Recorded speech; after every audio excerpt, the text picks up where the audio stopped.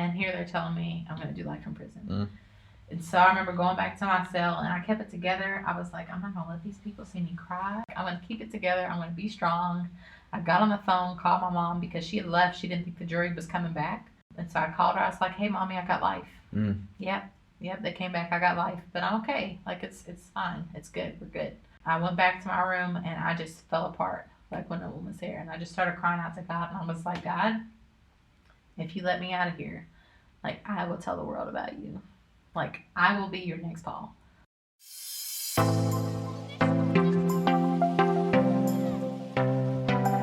This podcast explores stories of people who invest their lives to serve others. The topics and interviews in this show are intended to inspire all of us to live our best story so others can fully discover the kingdom effect. Hey guys, welcome to the Kingdom Effect. This is Kevin Beasley, and it's a special day here because Glenn Buckshot Buckley is not with us.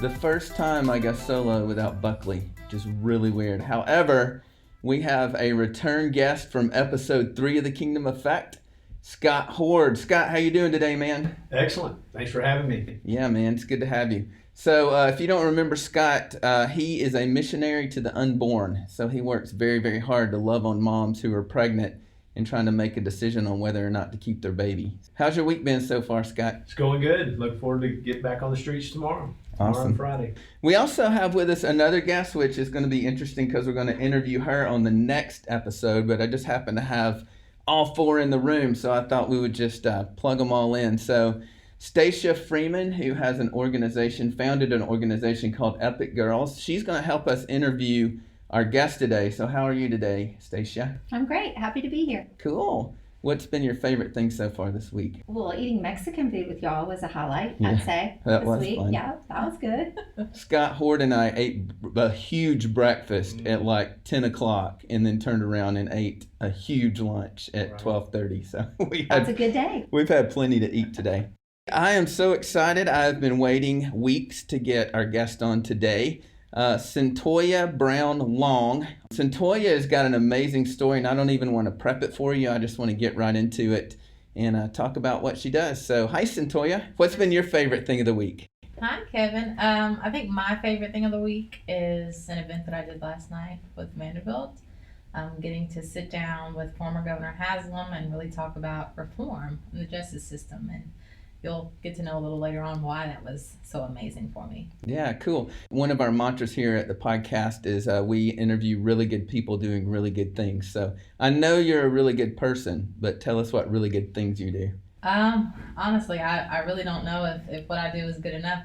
But if I had to think of some of the greatest things that I get to do, it's just to be there and love on the girls and the boys that society considers throwaways. Society considers beyond help, beyond redemption. Like, those are my babies, and I see their potential, and I know that they have it in them to be leaders in this society and leaders in the fight for change, and just loving on them and helping them to develop that is probably one of the coolest things that I get to do. Yeah, that's awesome. So you founded an organization? I founded the JFAM Foundation alongside my husband, Jamie, and that really came from me feeling like we talk a lot about justice, but we don't talk a lot about mercy, right? And so for me, it's all about justice, freedom, and mercy. Like, you can't separate those out. It's all in one conversation. And so I feel that I wanted an organization that stood for all of those things. And, one of the things that I wanted us to really focus on is working with people who've been impacted by injustice, working on kids, who've actually been in the system and helping them to develop the skills that they need to actually sit down with legislators, sit down with policymakers within the different agencies and create change, to talk about their stories, not in an exploitive manner that a lot of nonprofits do, but from a place of empowerment and from a place of expertise, and for them to be compensated as such. Wow. So that's one of the things that we really work with the girls from Epic Girl on. Yeah, that's awesome. One of the things about our society is we think that the people who haven't experienced some of the things that they're trying to fix can fix the problems, right? Right. I think if they read a book or if they read enough articles on the Times that, they're good. They can tackle anything, and that's not really the case. I think this is a pretty special project for you because you can relate to it, right? tell us a little bit about your backstory and why it's important for you to help these kids. So I grew up here in Tennessee, outside of Fort Campbell. My father was retired military, had a great family. I was adopted into this family, very supportive, very loving. But when I got into the school system, that's when I started encountering some issues. From the first day that I walked in the classroom, I realized that I was different from the other people around me. I am mixed, and not many other people around me were. And so I stuck out, and I really didn't understand why I stuck out that way. And so whenever I asked my parents some of the questions that the other kids were asking me, that's when I found out that I was adopted. That's when I found out that I was mixed. And from that point on, I just felt that I didn't belong anywhere. Like I was different, and I just stuck out. And I felt out of place, and so I just was really withdrawn and wanted to do things alone. And the teachers took that as me having a bad attitude. And so I was singled out a lot and started getting into trouble for things like rolling my eyes or not raising my hands. Small things like that turned into bigger things. I was sent to ISS and suspended from school, and then finally I was expelled altogether after bringing some caffeine pills for show and tell. So that fell under the zero tolerance policy there at the school because they said it was drugs, which, I mean, I'd argue against that, but, you know, you couldn't in that position as a kid. So I went to alternative school, which is clear on the other side of town, and there at this... How old were you? I was 12 when I was expelled and sent to alternative school. So I was actually the youngest kid at that school at the time. Most of the other kids, they were in high school already, and they've had charges. They were in the system. And so being around them, especially in the alternative school setting, which is not stimulating at all, you literally are sitting in timeout for 6 hours a day with some papers to look over at your own pace. I mean, kids are going to find things to get into. And I had some people around me that encouraged me to skip school and run the streets with them, and that's exactly what I did. And so I ended up catching a charge when I was 13 years old. Went before the juvenile court judge, automatically sent to a facility. And from that point on, it was just like things were downhill, and they were downhill so fast. Like after being involved in the facility like that, when I got out, it was like I was more of an outcast than I ever was. And I just really felt like I, again, was not wanted there in the school. Like they had isolated me, put me in the special needs class, even though I did not have special needs. I was actually gifted, but just to keep me away from everyone. And they put me in the back of that classroom with a partition to just keep me away from everyone. And so I said, you know, I don't want to be here anyway. Let me ask you while we're there, and before I forget about it, and Stacia, you might have some insight on this, like, because I'm a dad of 5, 3 teenagers, and a baby, and one that's preteen. How do you know, like, when you're looking at behaviors for children, how do you know, like, what is just rebellion, what really should be corrected, versus they're reaching out and crying out for attention or help? Well, I think one thing in families that are supportive, you're reducing the likelihood of those rebellious tendencies to become greater. And also, like, we haven't had the discussion about adverse childhood experiences, but those adverse childhood experiences that are deep rooted, even in supportive relationships, can rear their heads and, you know, lead to more serious consequences. So I think it's really important to have an understanding of what that child is coming from, what are their experiences, and that'll give you a lot of insight into potentially what direction it could take. Yeah, Cyntoia, when you were 12 and 13 years old and you were having these behaviors, were you aware?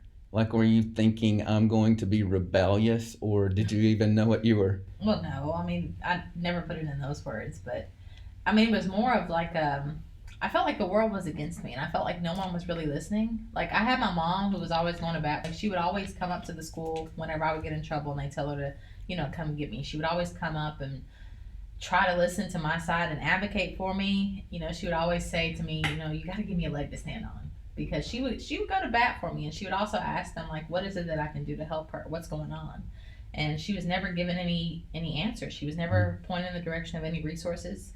I had an IEP in place, which meant that there were federal funds that were given to help me with my special education needs because I was gifted.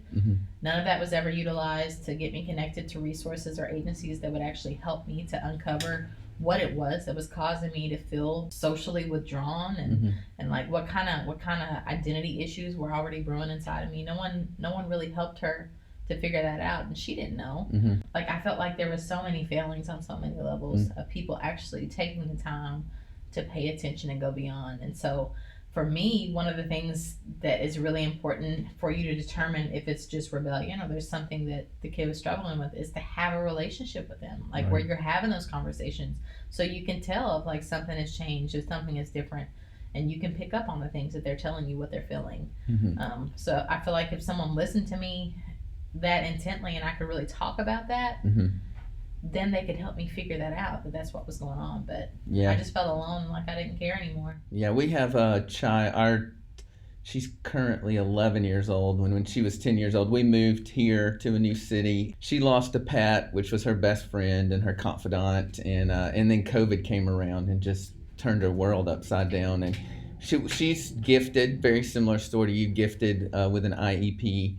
And yeah, we just started having problems with her that we'd never experienced with children before. Fortunately, she's coming out on the other side of that and doing a ton better. And Scott, you may have some thoughts as a parent, like, sometimes you just really struggle with what can I do to help this child versus does this child just, need to have some form of correction? Yeah, I have two adoptive kids, one from North Nashville, one from Zambia, Africa, and they're both African American. So yeah, we're in that as well. And as a father, I just try to linger. I think it's one of my strongest tools is just to be physically present where they can have a chance to talk when they're ready. And so the family meeting thing is great. We do that all the time. We still do it at 19 and 17. But the best moments are where you're just in their proximity of who they are and they want to open up. I guess that was probably one of my questions for you, Cyntoia, is were your parents there? Were they lingering? Were they an outlet for you, or was it just you against the world? I mean, so my father, when he retired from the military, he was a truck driver. He wasn't home a lot. He was home sometimes on the weekend, like every other weekend, because he was over the road. And so he really wasn't like there. And then, I mean, as you can imagine, like when he's home and he's been gone all that time, he spent a lot of time working on the house. There's a lot of things that need to be done.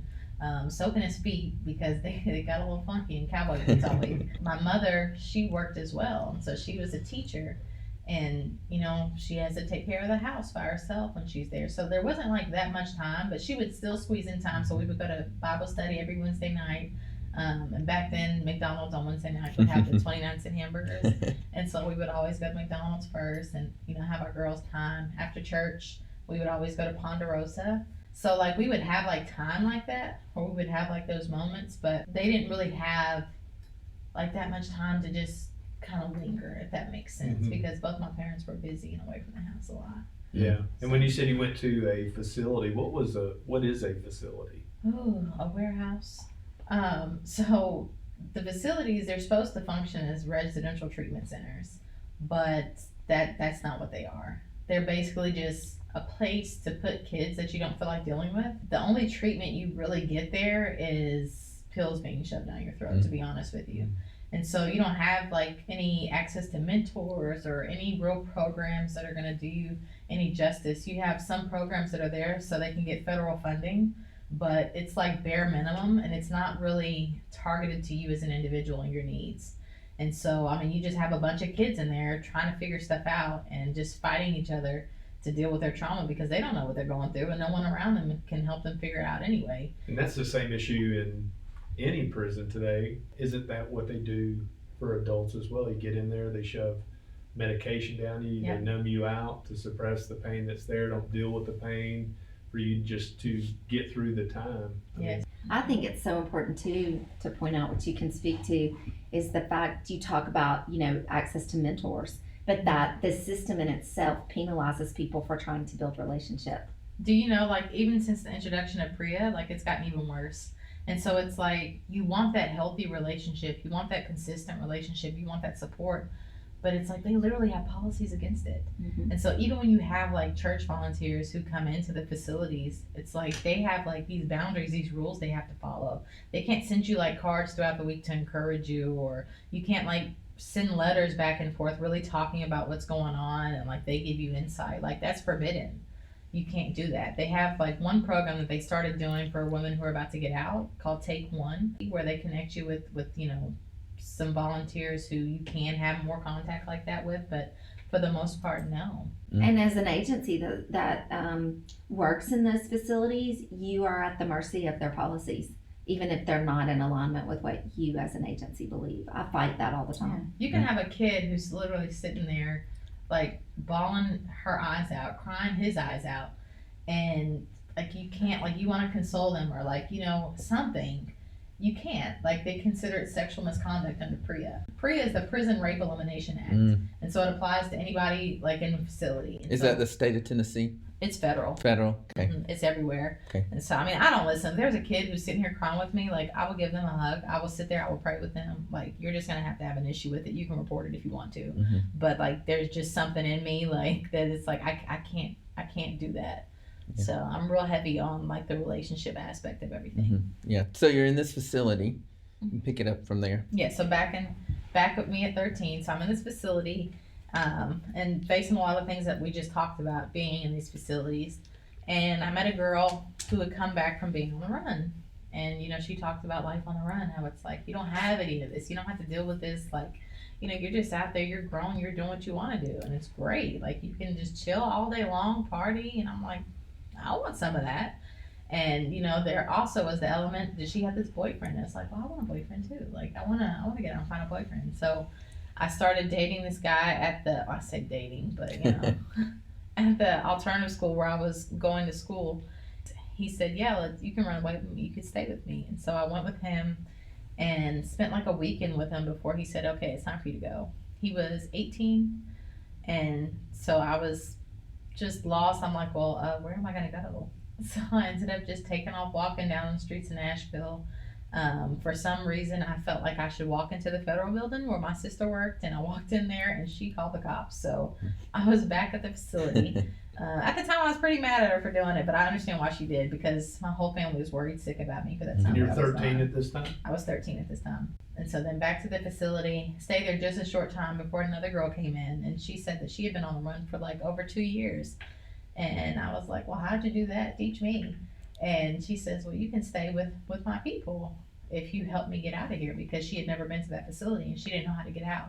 And she knew that I had got out from there before. And I said, oh, I'll show you.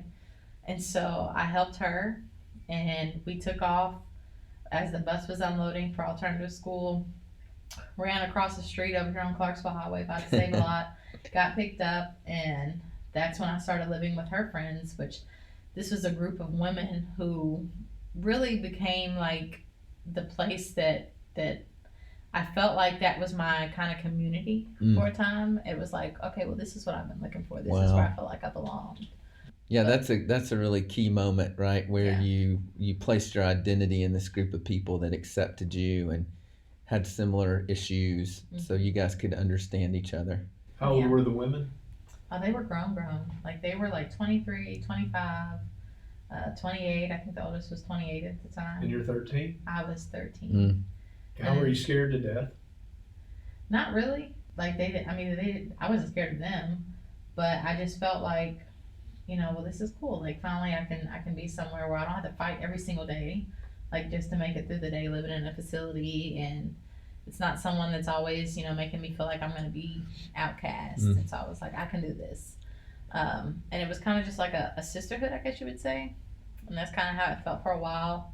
Looking back now, I see how toxic it was, because these were the women who first introduced me to the concept of having sex for money.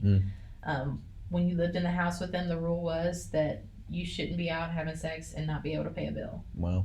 So, obviously, and the motto was that, God has given you a gold mine. You can either sit on it, play with it, give it away for free, or get paid for it. Like, you make the choice. That God was giving you a gold mine. Yeah. That's deceptive, isn't it? Oh, very much so. Wow. That is how I started at a young age, dating older men. So men in mid-20s, 30s at that time. And again, I was just 13 years old, 13, 14, and 15 when I was staying there with them. And that was happening. I got locked up again, I think it was like a year I think it was a few months the first time after I was with him, and then I ran again, and I stayed with him for about a year and a half.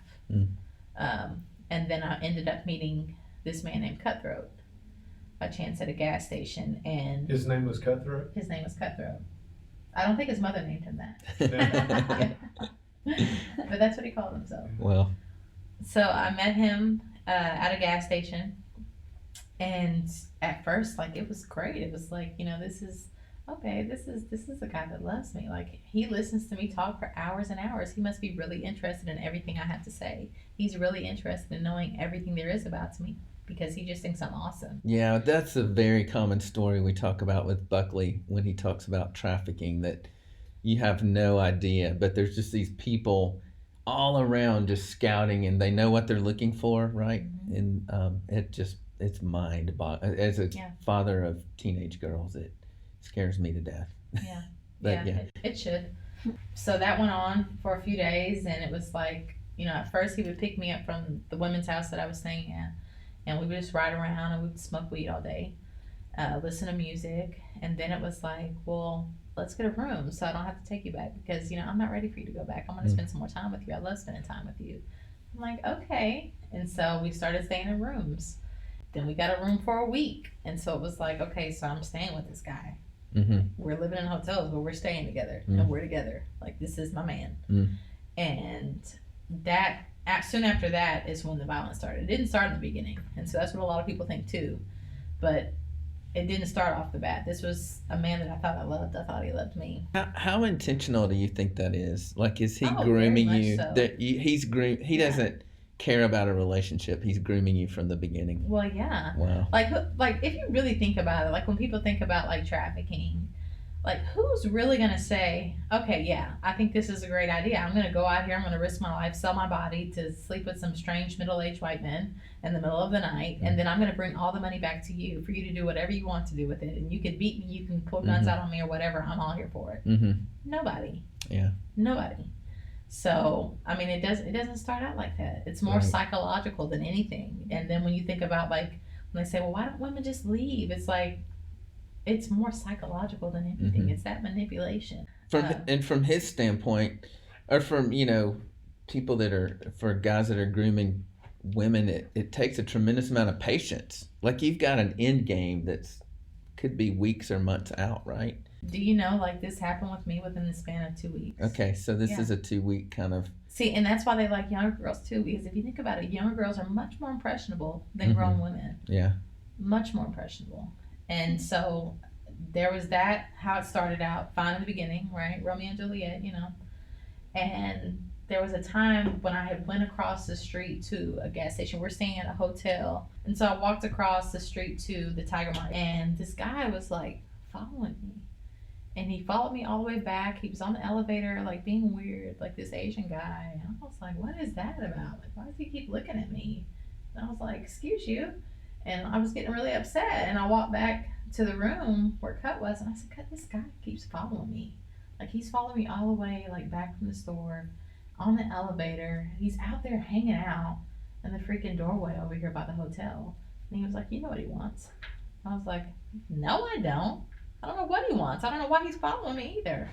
So up to this point, you're clueless. Clueless. And that went on for a while. So he was like, I'll tell you what, go out there, because he's basically wanting to sleep with you, wanting to pay you. And he thinks you're a hooker. He said, go out there, bring him back to the room, and I'm just going to rob him. And I'm like, what? He's like, look, we need money for the room. And I was like, okay. So I go out there with the guy, and I get in the car with him, and then I start feeling like kind of guilty, and I'm like, I'm not going to take him up there for him to rob him, like, because I'm not going to do that. And so I took him over in his car. We went back to we were at the YMCA parking lot, and I was like, just give me the money up front. Like, I just need to know that you have the money. Give me the money up front. And so I got the money from him, and then I just opened the door. I was just going to step out the truck, and like, he grabbed me, and he was like, no. And I was like, oh, shoot.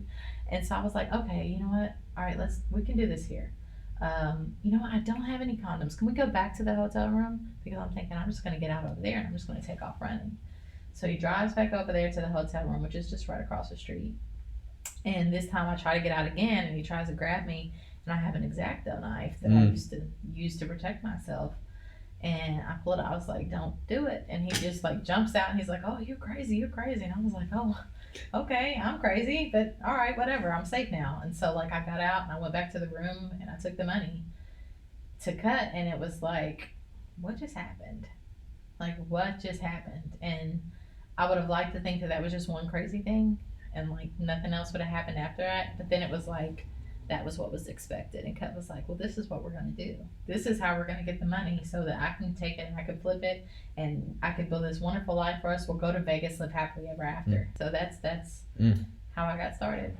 Wow. You were still in love with Cutthroat. You were thinking it was still a relationship. Oh yeah, I felt like I was investing into our relationship. I felt that I was contributing because it's like, well, I had to bring something to the table. Like I can't just expect, for him to just keep loving me and be in a relationship with me and I'm not a contributing partner to this union.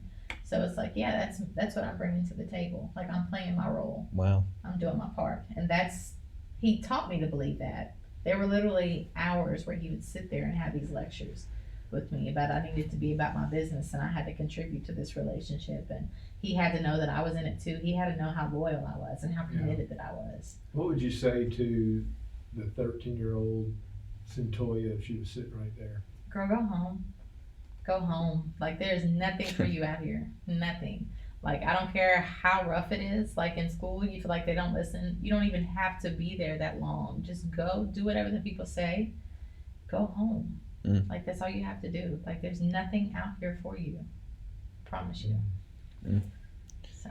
Yeah, when we talk about trafficking, we have all these images in our head of girls getting trapped and thrown in the back of a truck and taken across the country. Or from what I've learned lately, my first cousin actually just finished a book on trafficking 101. So it's trafficking for the layperson that doesn't know anything about it. It's really, and I helped her edit it. And that's one thing I learned. If there was a definition for trafficking, it would be more about brainwashing a person to think that it's either their only option or it's right and good of them to offer this back. Like you said with Cutthroat, it was your contribution to the relationship. They always they can identify vulnerability from 100 miles away. I mean, it's like you have a target on your head. Like I would ask Cyntoia, what would you say to the girl that doesn't have a home to go to when you tell them to go home? Like, what about when they say, what does that even mean?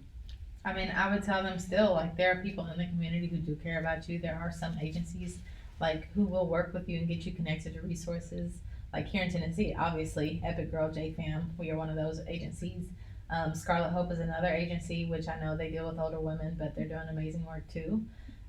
So there are people who do care about you. There are people who will go to the ends of the earth to see about you. Like, understand that you're not alone in this. And you may not be able to see your way out of the situation right now. I know I certainly couldn't see my way out of many of the situations that I was in, but I promise you, God has a plan. Like if you submit to that and you let him guide you, like he'll put you in the right circles. He'll put you with the right people. He'll put you in the right situations. But like you have to make up in your mind that that's what you want. You want something different. Like you want him to make you over. You want him to make your path new. So there are Cyntoias out there right now. Oh, most definitely. And do you go back in those familiar places and can you see something that the normal person doesn't see? I can. So for me, I go where I know like what started with me. It didn't start with me, walking down the street getting snatched off by a white van. It started from being in facilities. It started by all the trauma that I was taking on from being at the hands of the state. And it started for me running away and being on the streets. And so Epic Girl serves the hardest to serve girls who are in DCS custody, who have been in DCS custody, who've gone before the juvenile court. So those are the girls that I work with, because even if they have not directly been involved with trafficking in that moment, they're the highest risk for it. They're the highest risk, because if you really think about it, so like I know like everybody talks about like how runaways, there's some of the highest numbers that are youth trafficking victims. There's a reason for that, and it's about survival. Like if you're on the run, what are you going to do to survive? How are you going to eat? How are you going to put clothes on your back? And so some of these girls, if they're involved in systems, it could be not that they've gotten in trouble and have gone to the DCS system, but you know, like Stacia said, maybe they don't have a home. Maybe they have like an unhealthy home environment where it's like they can't just go there. They can't be there. And so they're out here as kids trying to figure out, well, how am I going to survive? And so that's where I really work with, because that's something that I can see that maybe other people can't see. So what then? So you kind of started this downhill spiral. That happened, and that got us the money. It was like, I think like $50. Which for you probably sounded like a lot of money. I felt like I did a good job. Right, Like, yeah. okay, great. And, you know, I remember what really stuck out to me was like how happy he was. He likes the fact that I'm contributing, and I feel like I'm mature now. Like, I can contribute to a relationship, right? I can't go to a 9 to 5, but I can bring home some bread. Like, I like this. I'm feeling it. And so we got another room, and then he started like the whole game where it's like you said, like some of the manipulation where it was like, he would leave for hours and like not tell me if he was gonna come back. I remember one night, like he left me there in the room and did not come back. Like, and the room was almost up, and so I'm like, what am I gonna do? And I'm stuck out here. I'm all the way out in Antioch, and I was staying at the time in East Nashville off North 6. I'm calling him, and finally he answers. He's like, you need to get another room. I'm tired. And I'm like, get another room how? Like, I don't have any money. How am I supposed to get another room? He's like, you know what to do. And so like that was the next time I was like, I don't want to keep doing this. And so that's how it started. Wow. So that went on for a couple weeks. And the last week that I was with him, we were actually staying off Murfreesboro Road in one of those extended stay hotels. And so I felt like, okay, you know, the time before that, like I had got like, I think it was $400 or $500 that I had got. Well, he told me it was $400 or $500, but I swear it was like $1,000 from what I looked at. But obviously he wouldn't tell me the truth. So I was like, okay, I should be good. Like this should be good enough for him to get his dope that he needs so he can sell it, and I don't have to do this anymore because I've done my part, because that's what he said he was going to do. The week goes by, it comes to an end, and he says, well, the room's almost up. I was like, okay, you haven't flipped that like you said you were going to do? And he's like, no, we got to get more money, and you've been slacking. Like, it's time for you to get up. And I'm like, I've been slacking. Like, I thought I was done with all this. And it was like, man, I'm tired. I don't want to do this.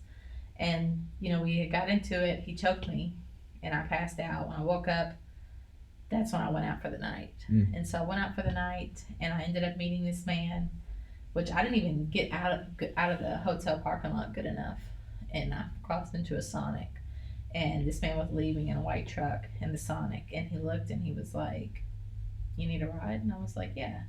And I got in the truck with him. He got me some food, and while we're talking, waiting for the food to come, like he just starts saying, like, you know, what are you doing out here? And something in me was like, you know, maybe this guy can help me. Maybe this guy, he seems nice enough, this nice white guy, like maybe he'll help me. And so I told him, I was like, well, I'm down here for the summer, and I've been staying over here with this man, and he's just basically been raping me and sending me out to sell myself. And I'm thinking, well, yeah, this good Sunday school guy, like, you know, he's gonna help me out. Instead, he turns to me and he was like, oh, well, you up for any action? And like immediately I just felt like, is this my life? Like, is this what my life is gonna be? Like, this is it, right?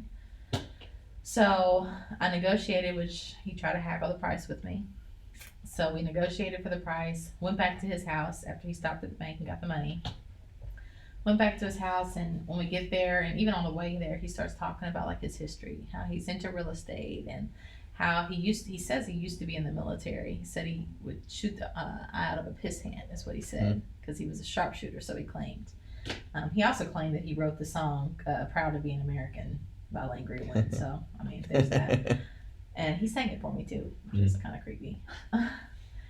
And so we get there to the house, and then he starts showing off his guns, which, you know, he showed off his guns and was talking about again like his skills. And then I was like, maybe I shouldn't be here.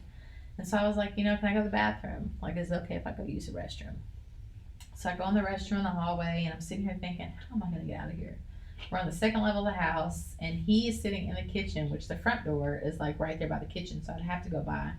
And if not, I would have to wait and try to sneak down the stairs, or just right before you get to the kitchen to go out the door that we came in. And so I was like, okay, I'm just gonna wait. I'm gonna stay in here for a while, and maybe like he'll go in another room, or he'll sit down and start eating, and I could just sneak out. And I was looking under the door to see if like I could see his feet or whatever, but there was carpet outside, and so like I couldn't even see through there. So finally I turned the knob really slowly on the bathroom, like to try to come out and sneak out and try to get down the hall. And he was standing right there in the doorway, like holding his hands in the doorway, and he was like, Denise, which is what I went by at that time, would you like a shower? I was like, yeah, I'd like a shower. And I'm thinking, crap, like what am I gonna do now? And so I'm thinking, I'll just go in here and take a shower without giving me even more time. Buy me some more time. And so like the whole night was me trying to buy time, trying to figure out how to get out of there. And finally I was like, well, you know what, I'm tired. Before we do this, is it okay if I just take a nap? Because I've been tired. I've just been doing so much all day. Can I just take a nap? That way I can really give you my best. And he was like, okay. So I'm laying there trying to pretend to be asleep for a while. And he keeps getting up, going into the other room, going in his bathroom, and then like standing over the bed, like looking at me. And it's like creeping me out because I'm not really asleep. I'm looking, like I'm peeping. And I'm like, what is he doing? He did this like 4 or 5 times, and it really freaked me out. And so like in my mind, I kept saying, yeah, it's gonna be him or me. Like this is it. Like it's going down. It's going down. It's about to go down. It's about to happen. And I mean, it could be that I just hyped myself up in my mind, or I mean, I really don't know. But there came a moment when he grabbed me, and I rolled away from him really hard, and I feel like he got really upset, rolled over. And when he was rolling over, in my mind, okay, he's reaching for something. This is the moment. This is it. Like, this is it. So I reached for my gun, and I shot him. And, yeah. So you carried a gun with you? I did. So I didn't have a gun until I got with Cut when we started staying in the hotels. I guess he was kind of a lazy pimp. Instead of him providing protection, he just provided me protection so that I could take care of myself when I went out. And so, yeah, it was his gun. Yeah. And did you call the police, or did somebody just hear it? Or? So, and this is what's really crazy. Like, you see, like, in the movies, like, when stuff like this happens, and these people, like, really have it all together and, like, understand what has happened and calmly walk away. Like, I didn't. Like, when that gun went off, like, the first thought in my mind after that was, like, oh, he's going to be so mad that I shot this gun in his house.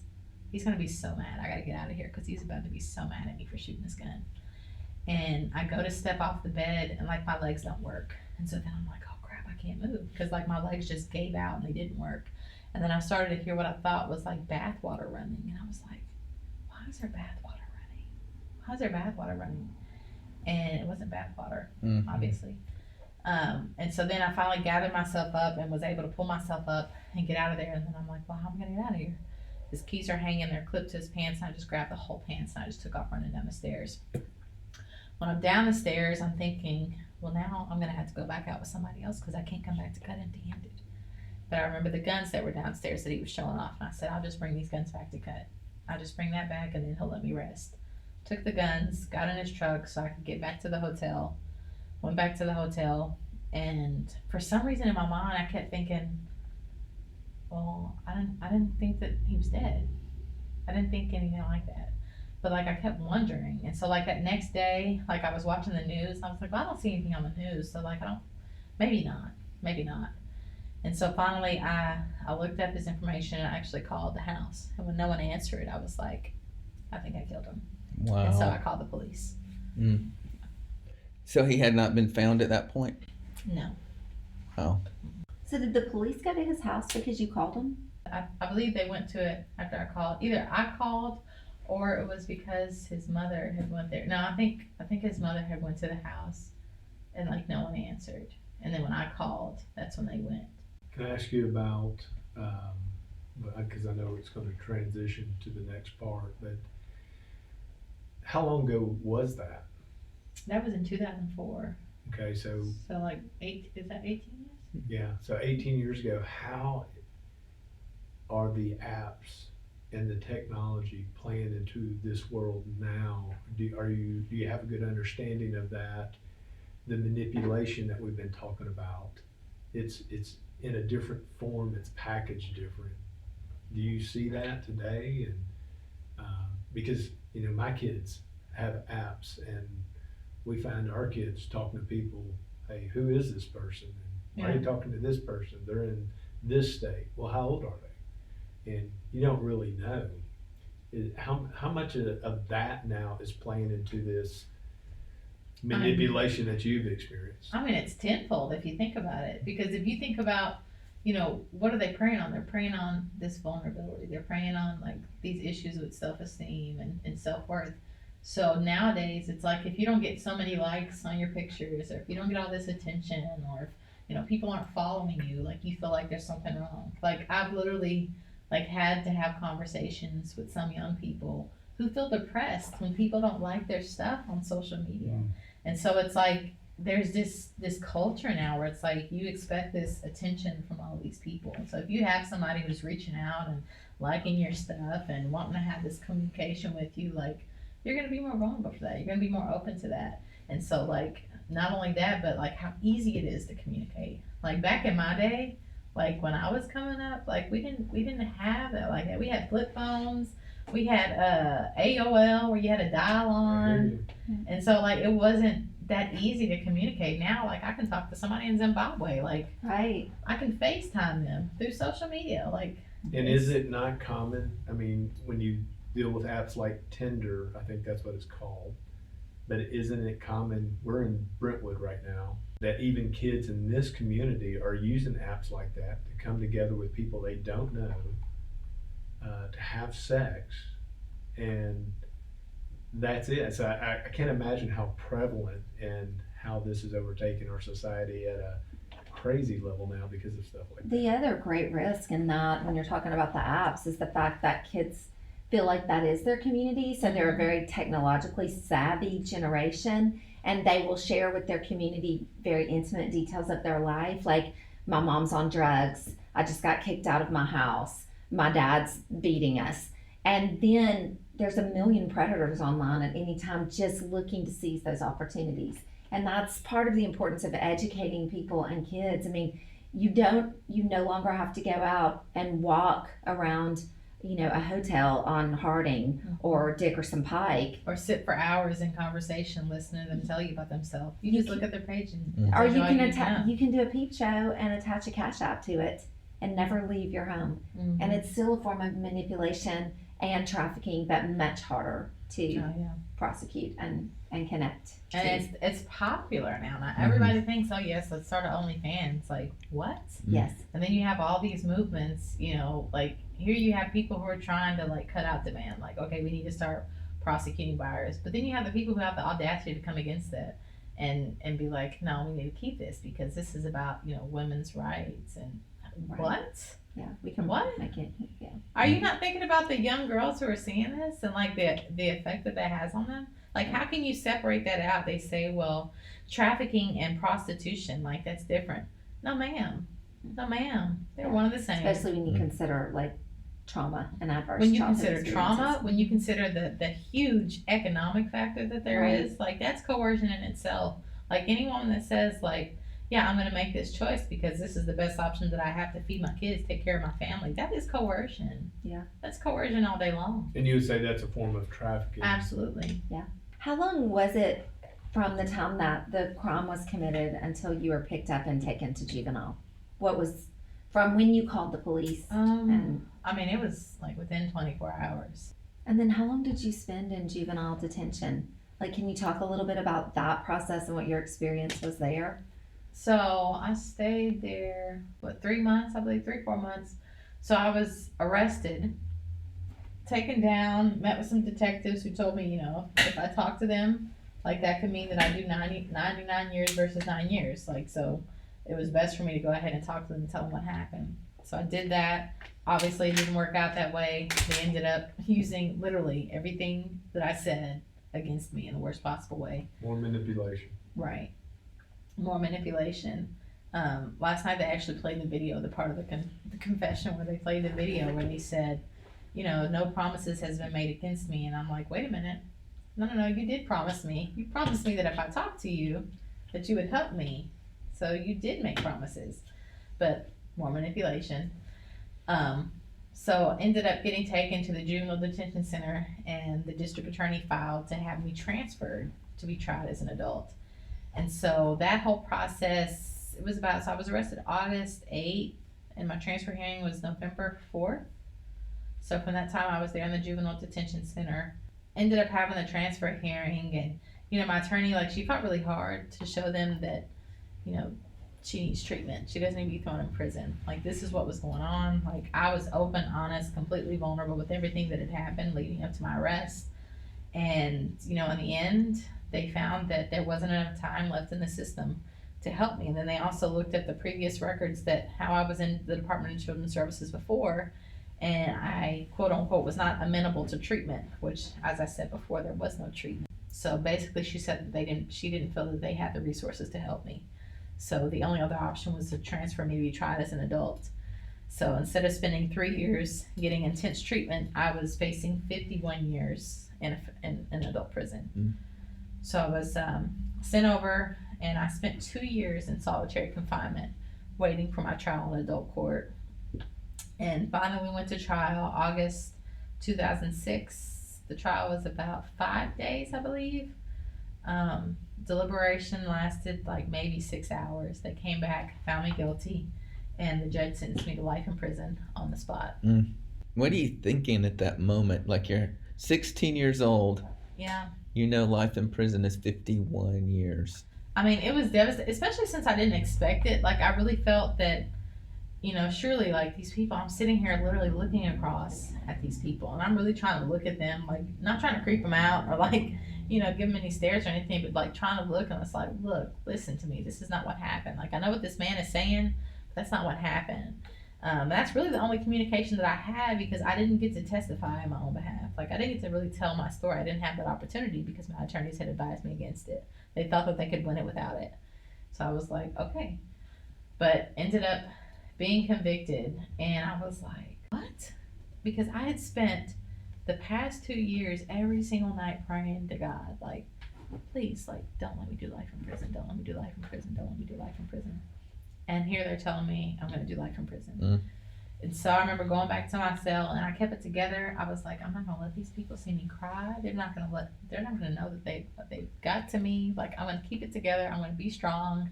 I got on the phone, called my mom, because she had left. She didn't think the jury was coming back. And so I called her. I was like, hey, Mommy, I got life.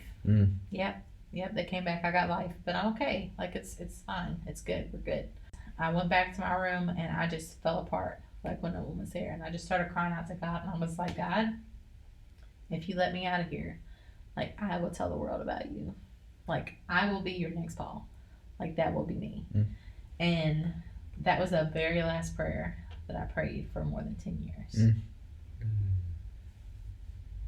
I didn't even realize that you didn't stay in the juvenile system until you turned 18, and then No, I stayed in solitary confinement. from the time you were 16 until you were 18 and ready for trial. What is that like being in solitary confinement for 2 years? I don't think most people understand that. I mean, think about it. Like, think about locking yourself in that bathroom, like, for 23 hours a day. Like, think about it. And I was at a county jail, so I didn't have a TV or anything to entertain me. Like, I just had myself and all that trauma just tormenting me. And the only human interaction that I would get most times was the guard who was going to drop my food tray in a little slot on the door. And the sunlight, if they remembered to take me out, like, I could be taken out into the rec yard where I would be placed in a kennel, a literal kennel, and handcuffed and shackled to spend some time out there and get some fresh air. That was if they let me for an hour a day.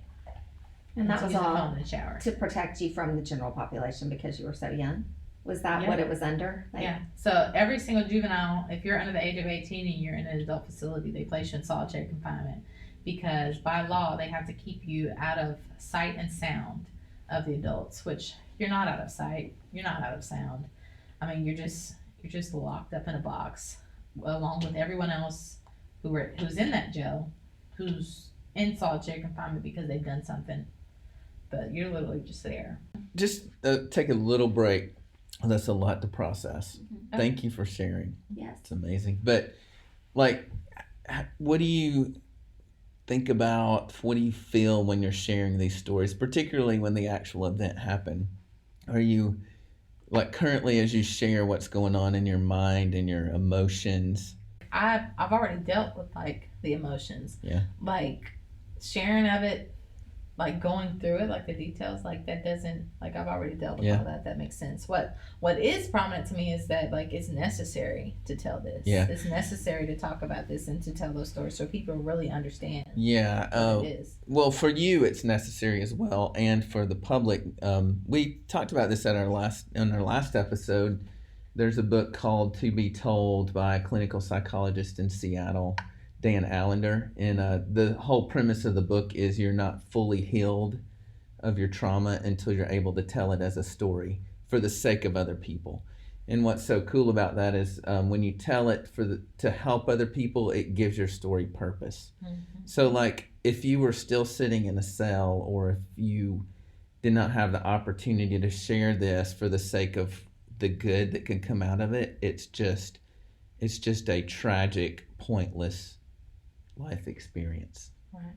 So to see you tell it with such confidence, boldness, freedom, with such freedom is inspiring. So Thank you. So does your ministry now go back and try to change some of these holes and unhealthy things that you've experienced? Is that what you're doing? Is you're grabbing these kids and these girls that are going through the healing process that have a voice to speak back into it? Are you taking them back into this and saying, hey, let's go change this messed up system? For sure. Is that how I understand So- the ministry? For me, it was like this was something that like it caused me to run, and it caused me to I guess you would say rebel when I felt like so powerless. I felt like so helpless against the system, and all these things were happening. Nobody really listened. I didn't feel like I had a voice, and it was like all these things that are happening. I have no control over anything. But now, like, you know, I get to sit down and meet with legislators all the time. I get to sit down and meet with people, you know, and do trainings for law enforcement, trainings for people who are in the legal profession. Like, I get to have a voice. I get to have a say. I consult with people who run facilities. And so it's like, for me, it's like, I want them to be able to do that, to know that, yeah, you can change this. Like, and your experience does matter. What you've gone through, it is valid. And like your insight is what's going to make the changes that are necessary. So you know the services that are effective, you know the practices that are not effective, you know what's harming you, and that needs to be heard by these individuals, and you need to have a platform to be able to do that. Mm-hmm. And so for me, it's about like empowering them in the same way that I feel empowered, like combating that feeling of helplessness, combating that feeling of, you know, this is just horrible, there's nothing I can do, I just don't even care anymore, I just give up. Mm. So you're obviously not 67 years old. You haven't served your 51 years, right? Right. So- I have not. So after being convicted, I actually got started with a prison college program from Lipscomb University. Met a lot of wonderful people there. More than anything, it was a community. And it was a community of people who just loved Jesus more than anything. And they really sought to walk like him. And so they didn't look at me as what I had done to get there. They didn't look at me as what society had viewed me as. They just saw me as Cyntoia, like God's daughter. And like they loved me. Like they loved everything about me and what I could do, and they believed in so much. And it started to make me feel that I am kind of cool and I am kind of smart. Like I forgot that I was gifted back in school, and they talked about how bright I was, and here I am making all these good grades. And it started healing like those issues with self-esteem that you know Cut had played on, and Cut had really just dug deeper and deeper inside of me. But at this point, you still hadn't really returned back to praying or I hadn't. having a relationship with God. So at this time, I know like Dr. Kate, especially from Lipscomb, like she would constantly tell me just how much Jesus loves me, and I'm like, well, that's great, Dr. Kate, that's great for you, but it ain't for me. I prefer to dwell in the realm of logic and what's actually real, not imaginary fairy tales. And I would literally have arguments with like Rubel Shelley, who's like this prolific philosopher when it comes to religion. Like he's like renowned, right? Yeah. I would argue him down about the existence of God. Like I wasn't a turtles all the way down kind of girl, but like I would literally argue him down, and he would be stumped sometimes. And so I was like proud of that for a moment, but spent a lot of time there in that place and kept thinking, I'm going to get out of here, and it's not going to be God. It's going to be because I work hard enough in the law library, and I have smart enough lawyers. And one day, the prison education principal, Connie Seabrooks, she tells me, she says, you're not going to get out of here until you come to Jesus. I said, no, ma'am. That's not how the law works, Miss Seabrooks. I that's not how that works. I'm going to get out of here when I win my appeal. And I just got the former Chief Justice of the Supreme Court on my legal team. I have a former justice from the Court of Criminal Appeals on my legal team. They're going to go before their old friends and they're going to argue my case, and I'm going to win that way. And when that didn't go like that, when I lost my very last appeal and I started feeling like, wait a minute, I may really be spending the rest of my life in prison. I got a letter from this man in Texas named Jamie, and he wrote me out the blue and said, God told me to let you know that you're about to get out of prison, so you need to begin preparing yourself. And I was like, okay, yeah, sure. But he was cute. He sent some pictures. That makes all the difference. It does. So I wrote him back and I heard him out, and he started just sharing like his own journey with me and like his own faith story, and how like he'd been hearing from God since he was at a young age. Like he had heard from God and he would have dreams and everything, and I was like, wait a minute, like here recently I've been having dreams that came to pass too, and it's like I tell other people that, but I kind of feel crazy, but I'm dreaming things that are actually coming to pass, and I know that there's something, and it must be the universe telling me something. And he's like, girl, ain't no universe. That is not the universe. That is God. That is God. And he pointed me to stories in the Bible. He says, where else do you see that this happened? This has happened in the Bible, in his word. It's the same God. And he forced me to confront the fact that I was angry at God. It wasn't that I didn't believe in him, but I was angry at him because I felt that when I was praying, don't let me get life in prison, don't let me get life in prison. That meant that when I went to trial, they should say, okay, she's going to go home after X amount of years. She's not going to get life in prison. So when they sentenced me to life, I felt like that was it. Like he wasn't listening. But my husband, he stopped me and he was like, who told you that God was done yet? Like, who told you that you were going to do life in prison? I said, every court I've ever gone before, like my sentence when I look at it every month on my atonement sheet. And he says, that's man's report. I'm telling you what God says. Are you going to trust that? Are you going to trust the word of God? He says you're getting out. And so then I started, really talking with him through that anger and like really learning, because you hear a lot, like even now, like people think they know Jesus. Like they think they know, but it's like you won't know him just through listening to scriptures in church on Sunday morning. Like you've got to get in it yourself. And so I just started reading the gospel, and I fell in love with the way like he just really like was at the Pharisees, and like he was really all about justice, like clean out your cup. And there was times I was reading, I was like, yes, Jesus, say that. And so I was really getting hype, and I was like, I like him. Like we can get along. Like I like him. The deeper I got into the word and the more I started like really, talking to him, like people would probably think I was crazy. I would spend hours just sitting there in my cell, just talking to God. And it was like, okay, all right, like this is real. And I believe in this, and I believe that God said, I'm gonna get out, I'm gonna get out.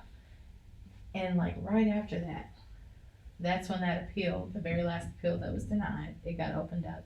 And it was something none of my attorneys would have ever expected to happen. They had never seen it happen, and like their collective 70 or so years of experience had never seen it happen before. And so then it happened, and I was like, okay, my God is able. Wait a minute. And so I just got even deeper into it. So Jamie and I started praying, and the Lord just gave me this vision. When I asked for clemency, these are the people that you need to ask. And so when we talk about like wisdom, like asking the Lord for wisdom, like my husband, he was just like ministering this to me not long ago, where he was like, do you understand that wisdom is a spirit? Wisdom is a spirit. Wisdom was with God when everything was created. Like when you call on wisdom, like that's how he's going to give you all that. So I was like, that wasn't nobody but God telling me. And so I put it on this paper, what the Lord was telling me to do for this plan for clemency. And I gave it to my attorneys, and they thought I had lost my mind. I said, yeah, sure, we need to go to Senator this person and Representative this person, and both of these victims' rights advocates groups. They was like, victims' rights advocates don't advocate for people to get out of prison. That doesn't happen. I said, we're going to ask them. We're going to ask them. This is what we're going to do. This is the plan. And they said, okay. Not only did I get the support of two of the biggest victims' rights advocate groups in Tennessee, but the support was given after a unanimous vote by their boards, and they didn't just write a letter, they actually showed up at my hearing on my petition and testified on my behalf. And so again, it was like, nobody. Aren't these groups that are really against you, that were supposed to be against you? I mean, that's what you would think, but Yeah, what I learned is that God can touch the hearts of anybody. right. Like God can cause them to see you in a different light. Like he can touch anybody. Nobody is beyond his touch. And so traditionally, yes, they always advocate for sentences to be longer, for people to remain in prison. But in my case, they advocated for me to get out of prison. Somewhere along the line too, you kind of got the support of like influential people, right? Like they just started catching wind of your story. Yeah. Is that right? Yeah. So that's another form of just favor that you couldn't Yes. create on your own. That's the word. Yeah. When I tell you that God was putting me on the hearts of people all across the world that I would have never otherwise had any kind of contact, or no reason they should have ever known my name or my situation. But God put me so heavy on their hearts to, like, they were speaking out. They were writing letters. They were signing petitions. And they were all directing it at Governor Haslam, who was the governor in office. And that's who I was actually at the event with last night when we were talking about reform. Yeah. And, cool. you know, he always shares his story about how that whole process, he felt God calling him. That's amazing. God calling him to do the thing, which he was a conservative Republican governor, and you know that's just unheard of. But he was like, I don't care about that. My God is telling me to do this. This is what I'm going to do, because that's who he is. He's a man of faith above anything else. When I first met Cyntoia, I thought I was going to meet, and I did. She's a very great representative of Lipscomb University, but Thank you. I can't remember. We had someone at work said that this lady's going to come and meet with us and just talk to us about the Business's Mission program at Groove Life. And that guy got sick that day and couldn't show up, and said, this is her name, it's Cyntoia Brown Long, and this is when she's going to come. And I was like, that's fine, that'll be great, because I talk to so many people every week. You know, people love to stop by and see the company.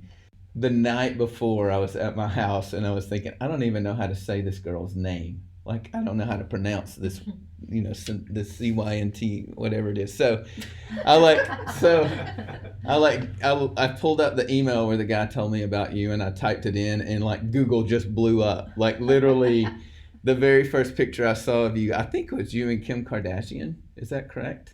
Well, it wasn't us together. It was something posted together, because I have never been in the same room with you. Okay, cool. But it was like all these pictures of you and stories of you and newscasts of your story, and I was like, this is weird. I thought I was meeting with a boring college rep, you know.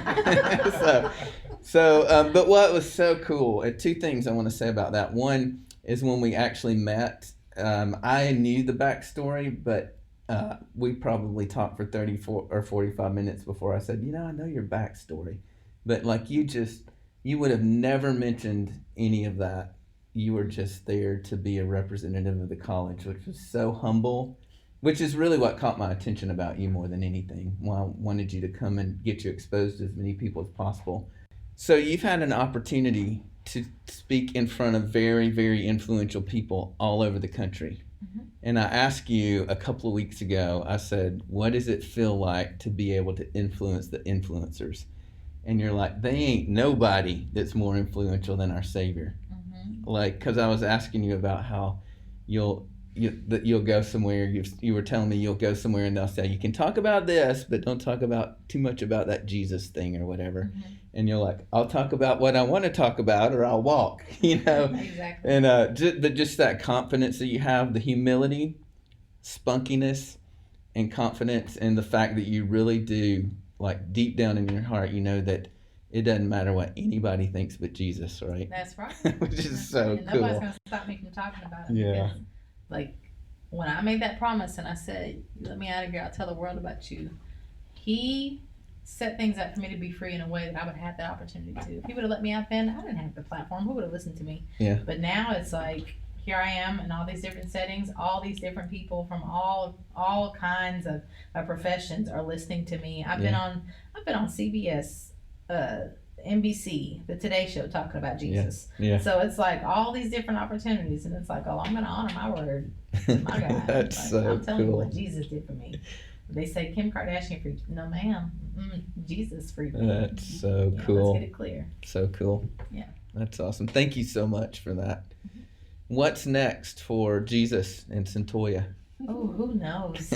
Like, I'm telling you, like every single day, like I just wake up and I just let him guide me, because like I don't even bother like really trying to get too invested into plans anymore, because it's like he'll reveal something to me and I'm like, oh, this is what we're about to do, and so this is what he's got me involved in, but I can't tell you what the end game is here. I just know he's doing something with me and I'm just for it, so I'm just here with it. And so it's like he's always building upon things, and I thought, okay, I'm just going to build this nonprofit and this is the work that I'm going to do. And then we met and we connected, and it's like, okay, wait a minute, so this is going to be an even bigger thing. And so not even after meeting today, when I'm like, wait a minute, the epicenter has to have Scarlet Hope in there too. We need to all be in this warehouse together.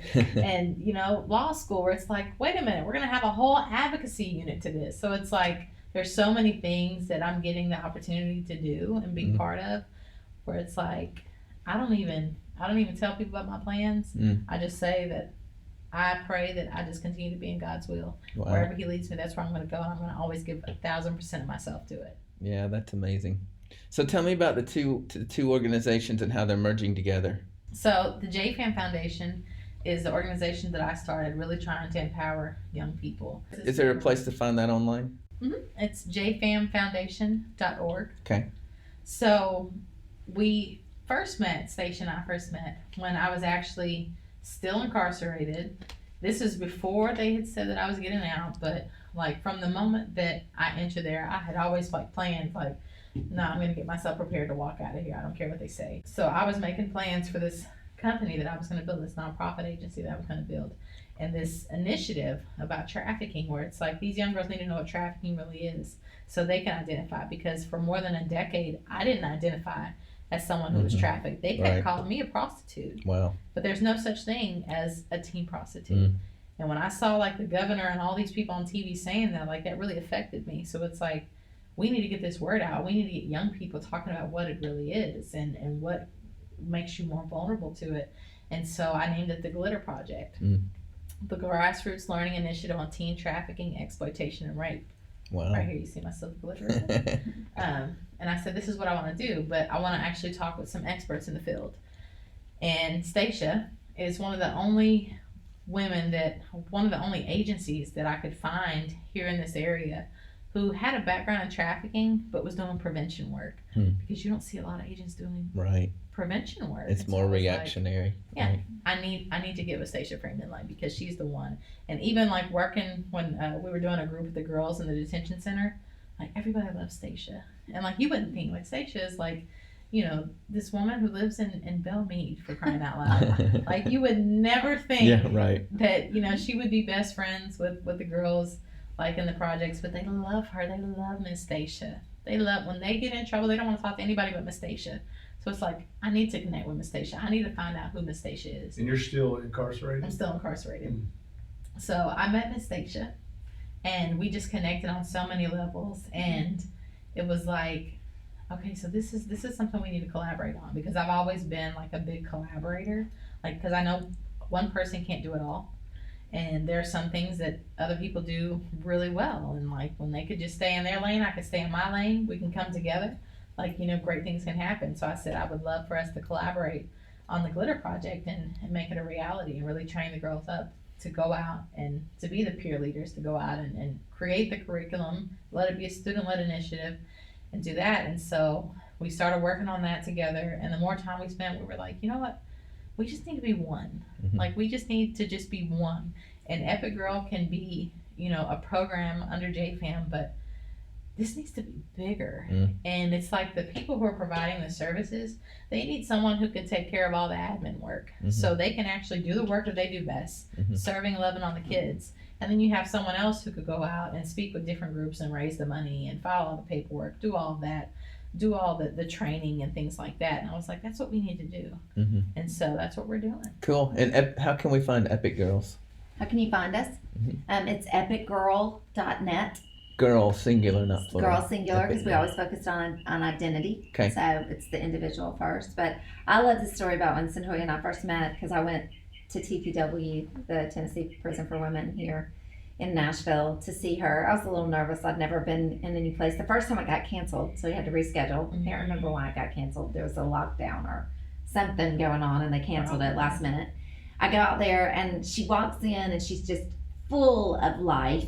And she sees me and she says, "You so little." And then she said, "Do you want to hug me?" And I was like, "Hello." And then we hugged each other. And I That's just was awesome. struck with this joy Mm. that she had. And it took me a few weeks to get my courage, because working in the court, there's not a lot of talk about Jesus. Mhm. And I said to, actually, who was her public defender and who is the way that I know her, I said to Kathy, I said, "Cyntoia knows Jesus. Cyntoia's a believer." And Kathy said, "No, if anything, she's an atheist. Mm. She's agnostic. She Wow. believes in nothing." And I remember being like, "No, I saw Jesus." Oh, wow. So later on, she started calling me, and I was like, "I have to ask you something. I don't mean it to be offensive to you at all, but I just want to know, like, do you love Jesus?" And she's like, "Oh my gosh, yes." But she had not started to really share that part of her story. And I always loved that part of us connected first Mhm. before anything else. Because we were both in spaces then where we were trying to maneuver, working within state and being followers and Mhm. lovers of Jesus. Yeah. Now I just don't care. I tell No. everybody. Yeah, exactly. What year was that, you think? What year was that? 2017? Yeah. I was just talking out in the parking lot when we were parking. We're actually recording at Scarlet Hope, so thanks to Tammy and the Scarlet Hope crew. I'm sorry, Nashville.scarlethope.org if you want to look that up. There's a loud bird in the Wow. background, isn't there? I Yes. thought somebody was But- whistling. yeah. I was like, But we Scarlet Hope is awesome. Yeah, Yes, it so is. you could donate to all three if Yes, you like, absolutely. but whatever you like. But they do some really great work for here in their facility. Yeah.